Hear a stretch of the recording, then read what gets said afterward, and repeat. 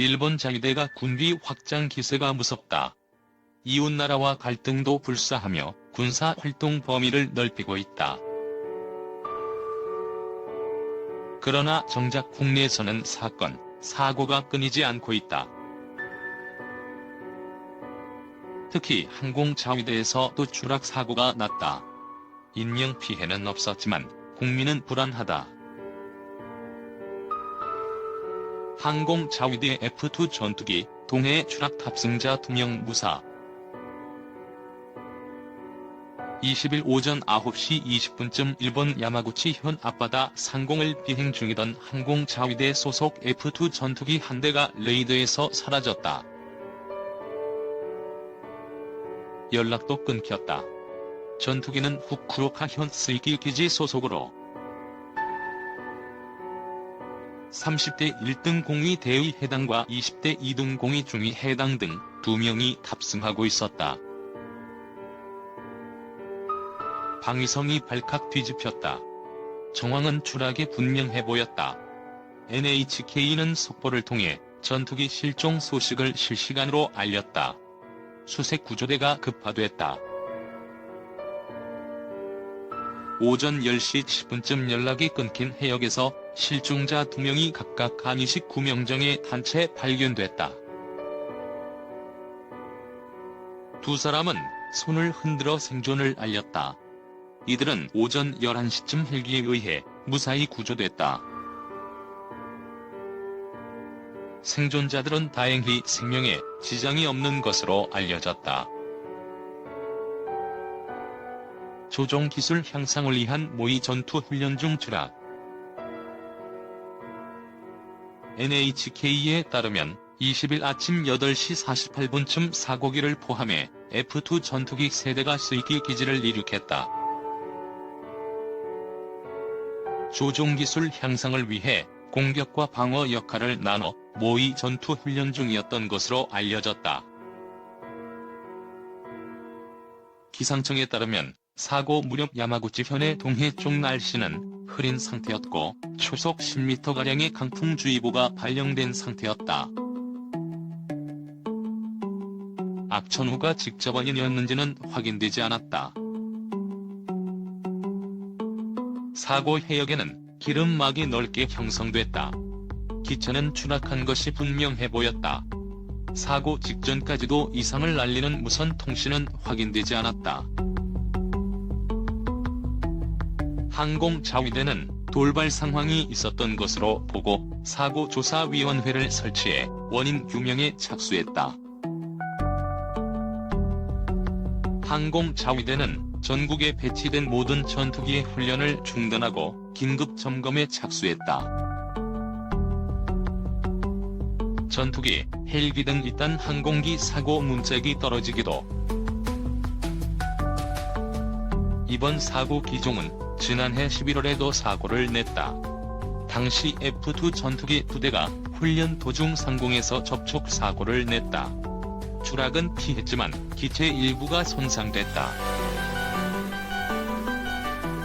F2 전투기는 미국과 일본이 공동 개발했다. 지난 2000년부터 항공자위대가 운영하고 있다. 길이 약 15m, 폭 약 11m로 1인승과 2인승이 있다. 최근 자위대 항공기 사고는 한두 번이 아니다.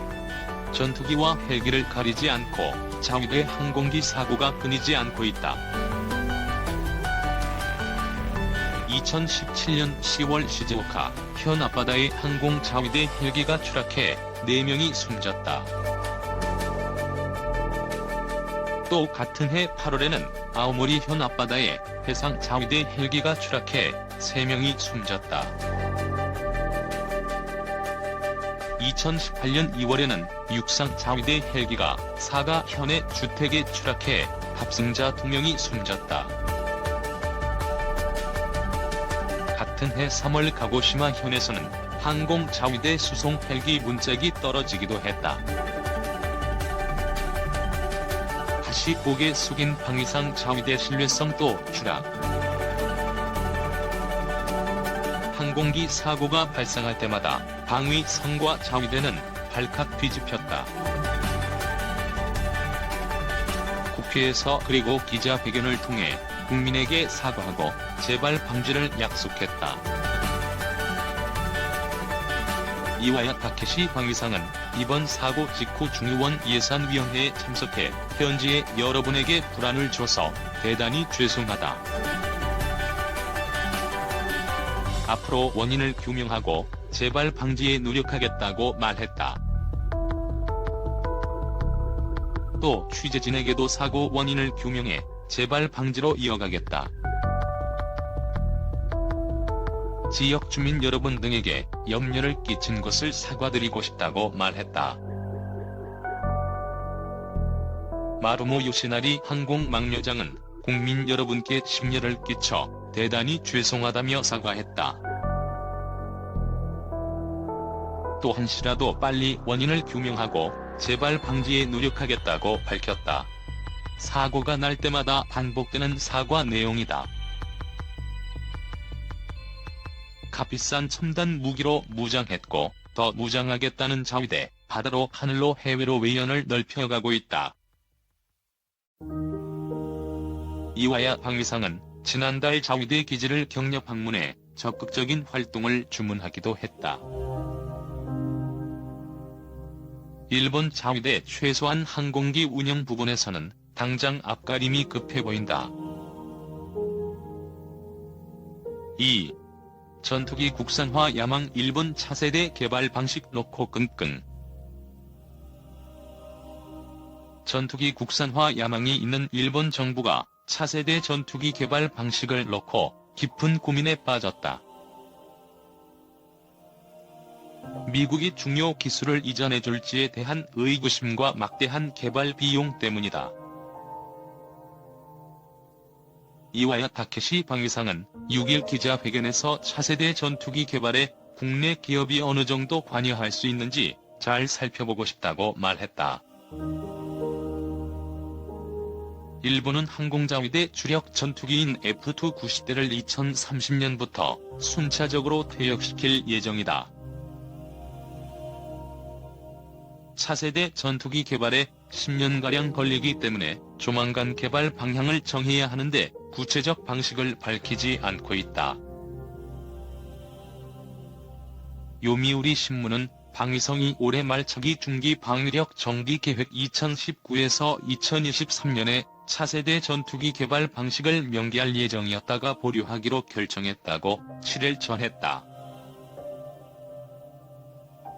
차세대 전투기는 독자 개발과 공동 개발 방안이 경합한다. 독자 개발에 대해서는 집권 자민당 내부에서 여전히 주장하는 이들이 있으나 비용 대비 효과가 의심스럽다는 이유로 공동 개발론에 무게가 실린다. 방위성은 미국 로키드 마틴과 보잉, 영국 BAE 시스템스의 질의서를 보내 답변을 받았다. 일본이 가장 관심을 보이는 것은 미국이 2005년부터 배치한 F-21 레터 개량 아니다. 로키드 마틴은 현존 최강의 전투기라고 평가받는 F-22 기체를 기반으로 F-35 스텔스 성능을 혼합한 전투기 개발, 생산의 50% 이상을 일본에 맡길 수 있다는 제안을 했다. 그러나 일본은 F-22 개량형의 주요 기술 개발과 생산에 일본 기업이 참여할 수 있을지 확신하지 못해 쉽게 결론을 내리지 못하고 있다. 미국은 기술 유출을 우려해서 그동안 F-22의 수출도 허용하지 않았다. 가격도 문제다. 로키드 마틴은 일본 정부에 보낸 답변서에서 F-22 개량형 70대를 생산하면 대당 생산 가격이 약 240억엔 약 2,400억 원, 140대를 생산하면 210억엔이 될 것이라고 밝혔다. 보니 올해 방위비는 5조 1911억엔인데 기존에 계약한 고가 무기의 구매 비용 등을 빼고 나면 자유롭게 쓸 수 있는 예산은 1조엔가량이라고 아사히 신문은 분석했다. 차세대 전투기 개발에만 조엔 단위가 들어가는 데다 생산 비용까지 엄청나기 때문에 재정적 부담이 크다. 국방적 안보 분야 전문 국회의원들은 차세대 전투기를 공동 개발하더라도 주도권은 일본이 쥐어야 한다고 강조한다. 개발 주도론의 배경에는 일본의 높은 기술력이 있다. 미국은 태평양 전쟁 뒤 일본의 비행기 제조, 설계, 생산을 금지했다. 하지만 일본 항공산업은 1950년 한국전쟁이 일어나면서 미국 전투기 수리를 맡아 기사회생했다. 일본은 2016년 국산 스텔스기 생산을 위한 기술을 시험하기 위한 실증기 X1을 공개했다. 국산화율이 93%에 달했다. 개발을 주도한 곳은 태평양 전쟁 때 주력 전투기 제로센을 제작한 미쓰비시 중공업이다.